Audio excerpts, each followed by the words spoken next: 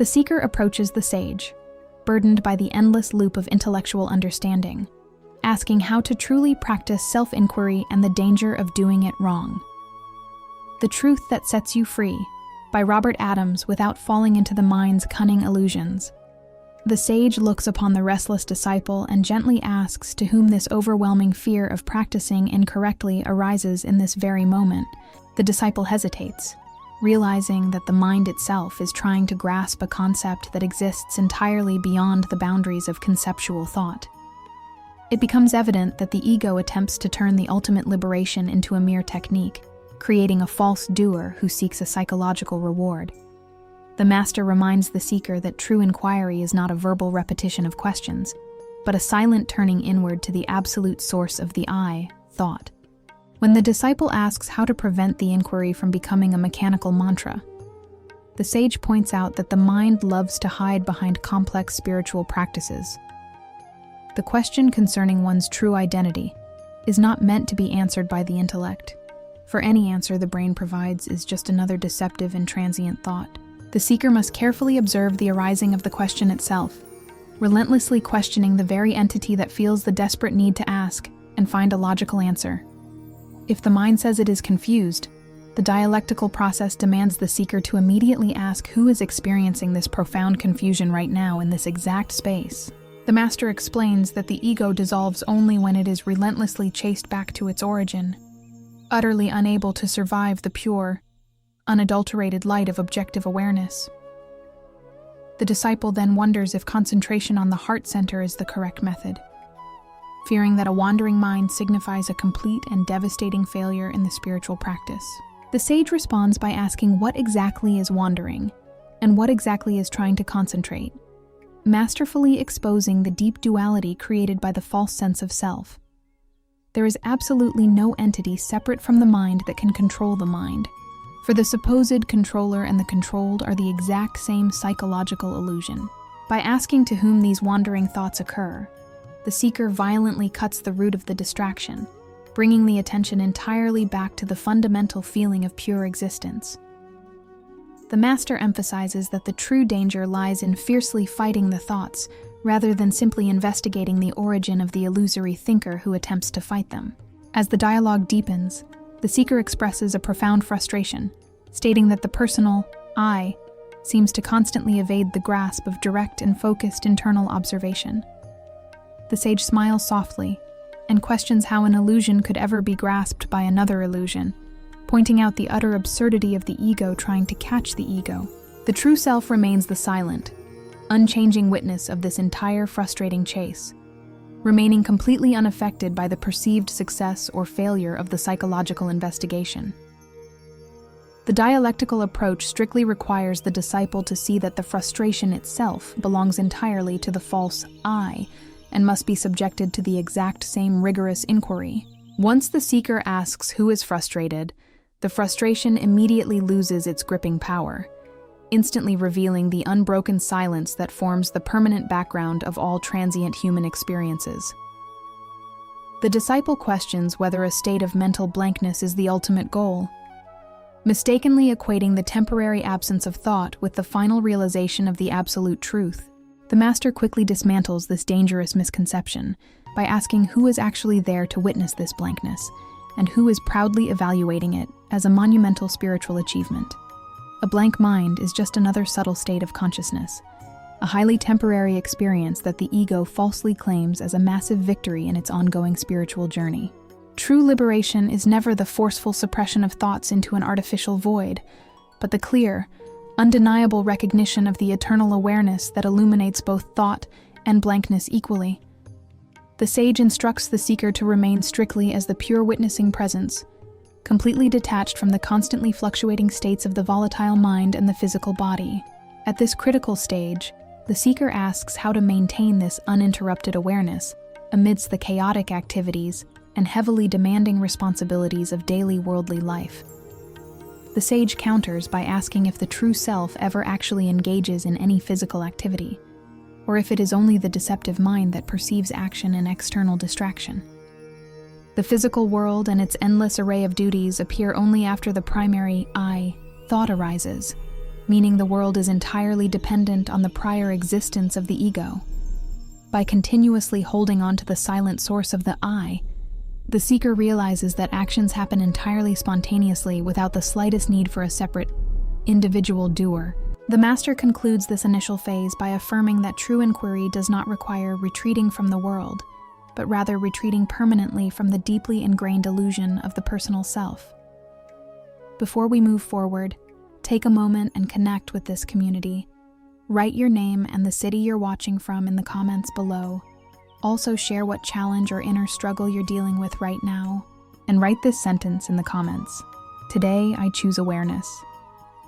It's truly inspiring to see people from different places coming together here. And if you want more videos like this, be sure to subscribe to the channel and join our growing community. The disciple approaches the master with a subtle sense of pride, claiming to have experienced moments of profound peace and significant spiritual advancement during recent intense meditations.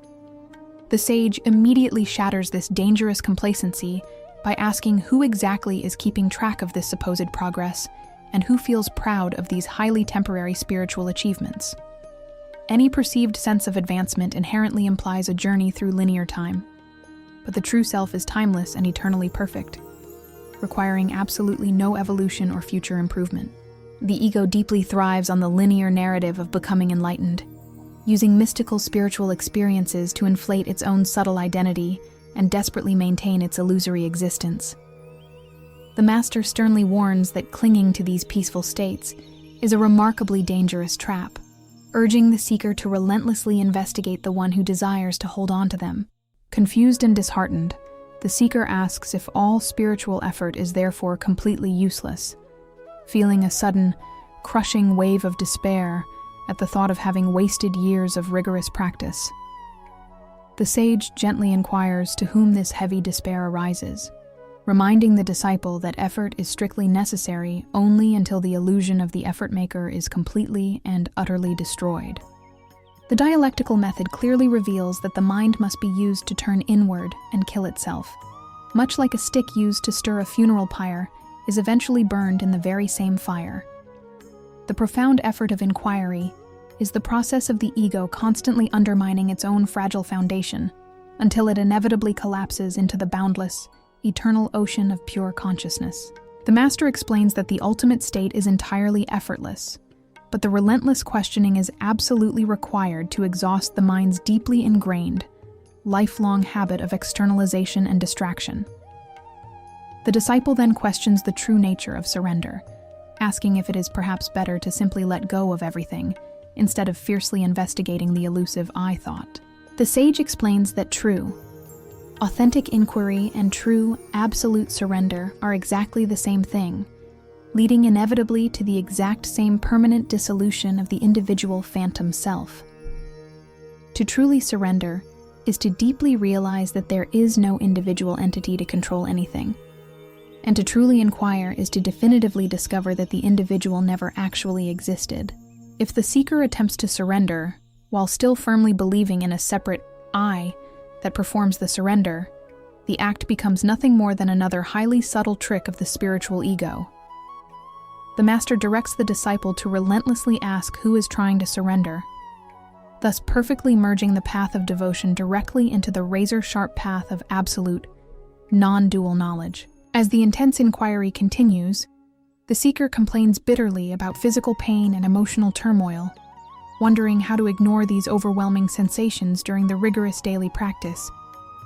The sage responds by sharply asking to whom the pain actually occurs, pointing out that the physical body and the fluctuating emotions are merely objects perceived by the witnessing awareness. The deceptive ego strongly identifies with the physical form, falsely claiming the pain as its own, and creating a dramatic narrative of suffering that obscures the silent background of existence. By deeply questioning the core identity of the sufferer, the seeker completely detaches from the physical and emotional phenomena, realizing they are merely passing clouds in the vast sky of consciousness. The master forcefully emphasizes that the true self absolutely never suffers, and the direct realization of this profound truth instantly cuts the psychological root of all worldly misery and despair. For most of your life, You believed you were your thoughts. You believed the mind had to be fixed, silenced, controlled. But no one ever told you this. The mind was never the problem. The real trap is believing you are it. There is something in you that watches fear, that watches pain, that watches every thought arise and disappear. That observer has never suffered. It was never born, and it will never die. When this is seen, effort disappears. The spiritual search ends, because the one who was searching was never real. This is not a teaching to believe in. It is a direct experience, simple and deeply liberating. The book, The Awakening of the Observer, does not teach techniques. It points to the exact place where the ego dissolves. Each page is a mirror, and what is seen there cannot be unseen.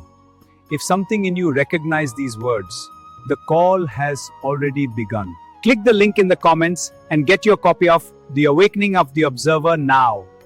The disciple asks about the vital role of a guru in this intense internal process, questioning if external guidance is truly necessary for achieving ultimate and permanent spiritual liberation. The sage clarifies that the outer guru is merely a powerful reflection of the inner guru, appearing in the physical world to push the outward-turned mind forcefully back to its divine source. The dialectical relationship between master and disciple is specifically designed to destroy the disciple's heavy reliance on external forms and conceptual knowledge, pointing only to the silent, unconditioned self. Once the mind is successfully turned inward through rigorous self-inquiry, the inner guru completely takes over, pulling the mind into the spiritual heart with an irresistible, divine magnetic force. The master deeply reminds the seeker that the ultimate, transformative teaching is always transmitted in absolute, unbroken silence, far beyond the severe limitations of spoken words and endless intellectual debates. Approaching a much deeper level of intuitive understanding, the seeker asks what exactly happens when the I thought finally sinks into the spiritual heart and disappears completely from consciousness. The sage explains that when the phantom ego finally vanishes, the true I reality shines forth in all its magnificent glory, not as a passing thought, but as pure, unbroken awareness. This is absolutely not a dead state of emptiness, but a vibrant state of absolute fullness, where the painful illusion of separation is permanently replaced by the reality of non-dual existence. The rigorous dialectical questioning finally ceases, because there is no longer a separate questioner, leaving only the eternal, profound peace that easily passes all human understanding and logical conceptualization.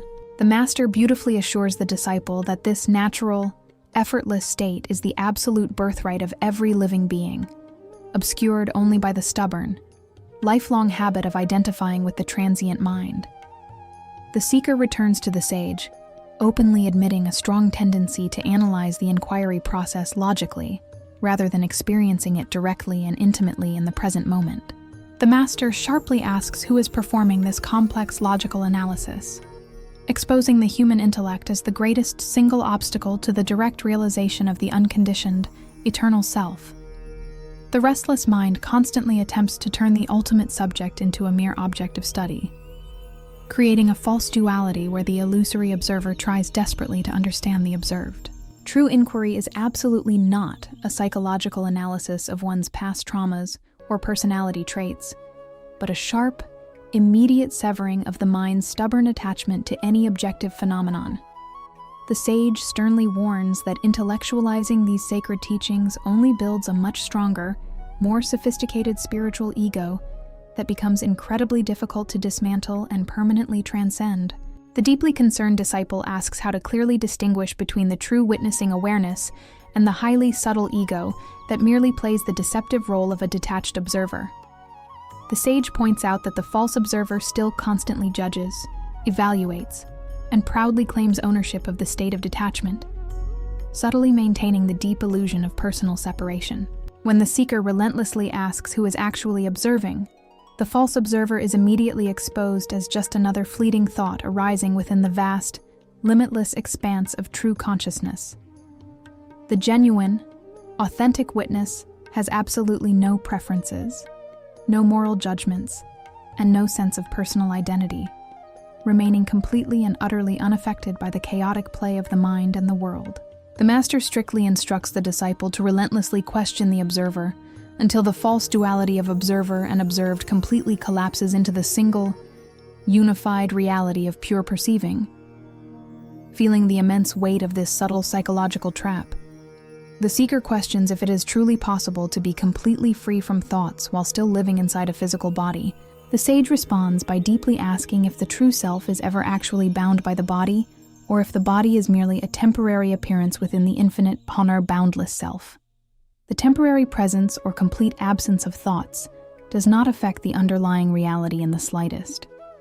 Just as the passing dark clouds do not alter the essential nature of the vast sky.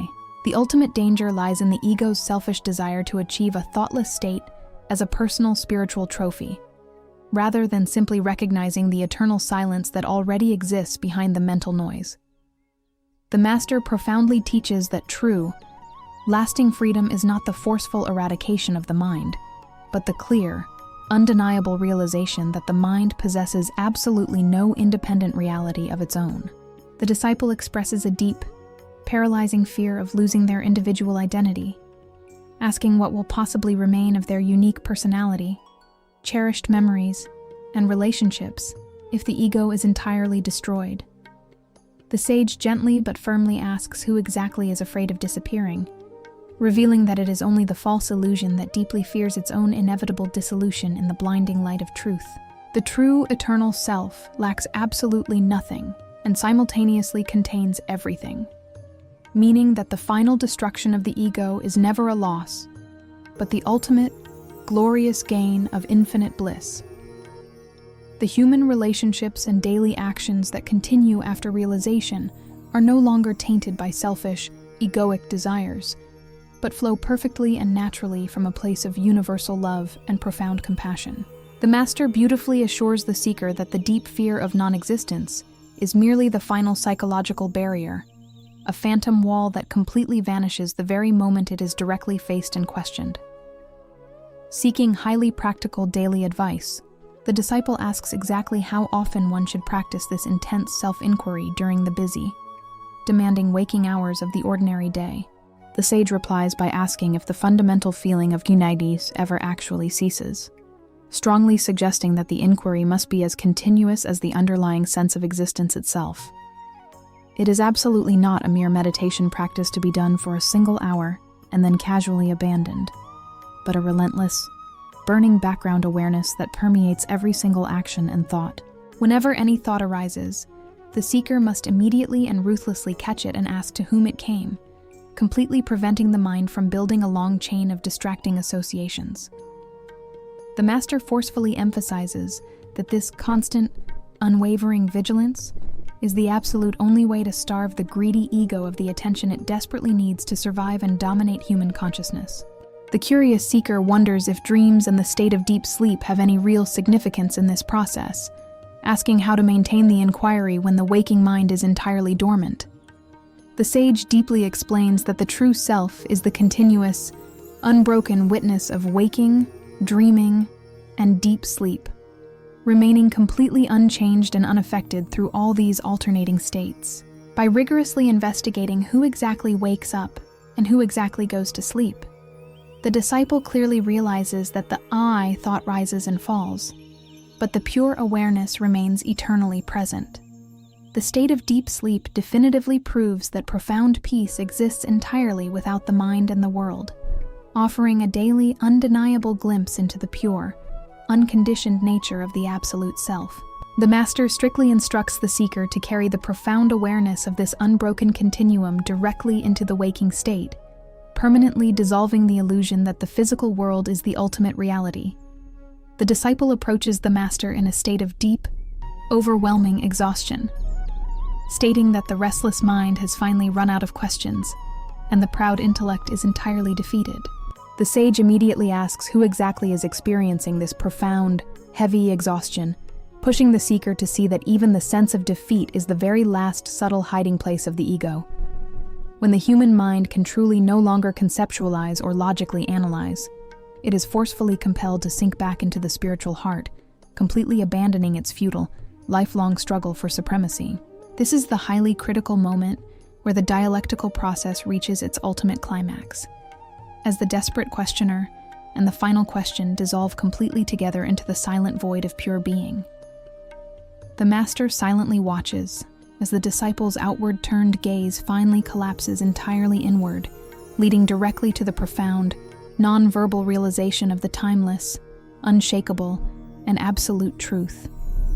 In this profound, unbroken silence, the seeker deeply realizes that there was never actually anything to attain, asking the Master why the illusion of bondage seemed so incredibly real for so long.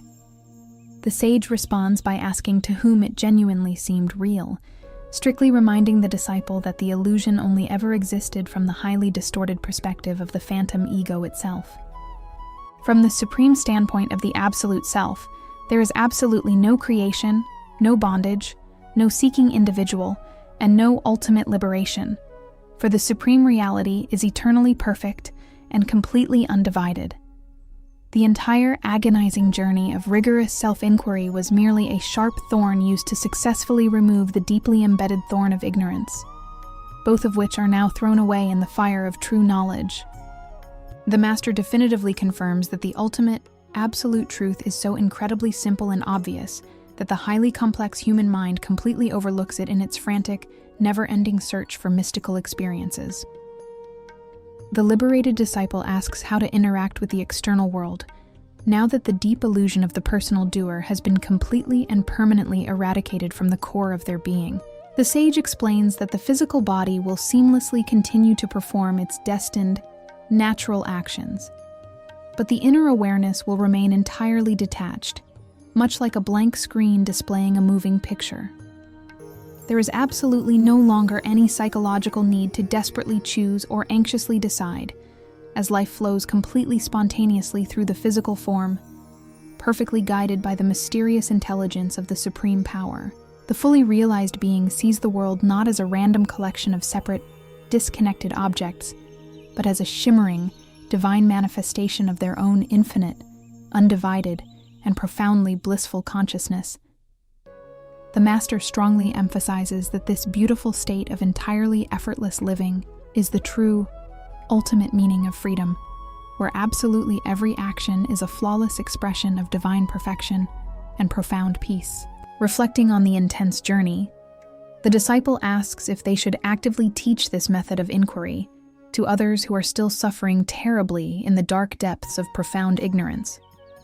The sage deeply asks who exactly sees these others suffering, pointing out that true, divine compassion is the absolute realization that there are no others separate from the infinite, all-encompassing self. The absolute most powerful way to truly help the entire world is to remain permanently and firmly established in the Supreme Reality, radiating a silent, transformative peace that alters the environment without any physical effort.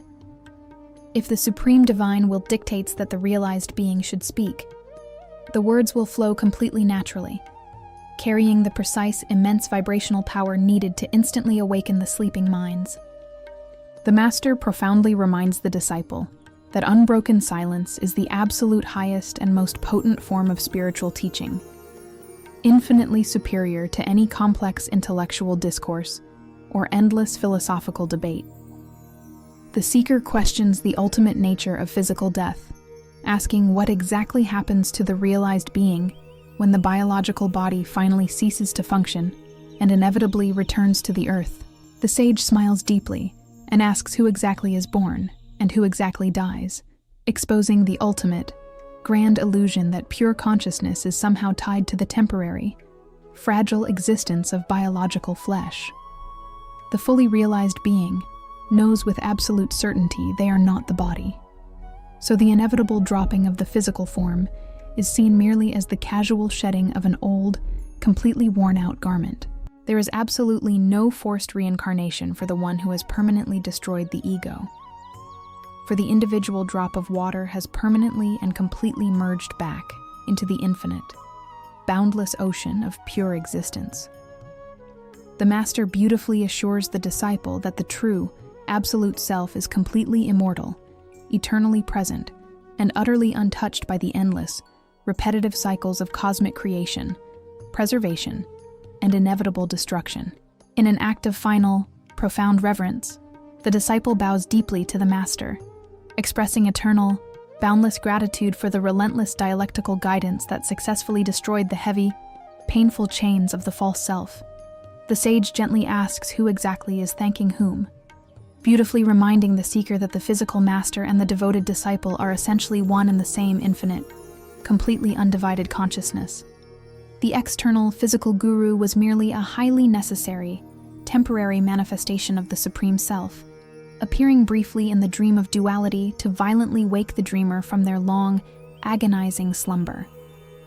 The true ultimate gratitude is to remain absolutely and permanently as the silent, unconditioned awareness, never again allowing the deceptive "I thought" to rise and falsely claim ownership of the divine reality. The Master concludes the profound teaching by stating that the supreme, absolute truth is now fully and permanently revealed, shining eternally as the self-luminous, indestructible, and absolute heart of all possible existence. If this video spoke to your heart or brought you even a moment of clarity, please subscribe to the channel and share this video with friends or family who might also be searching for answers.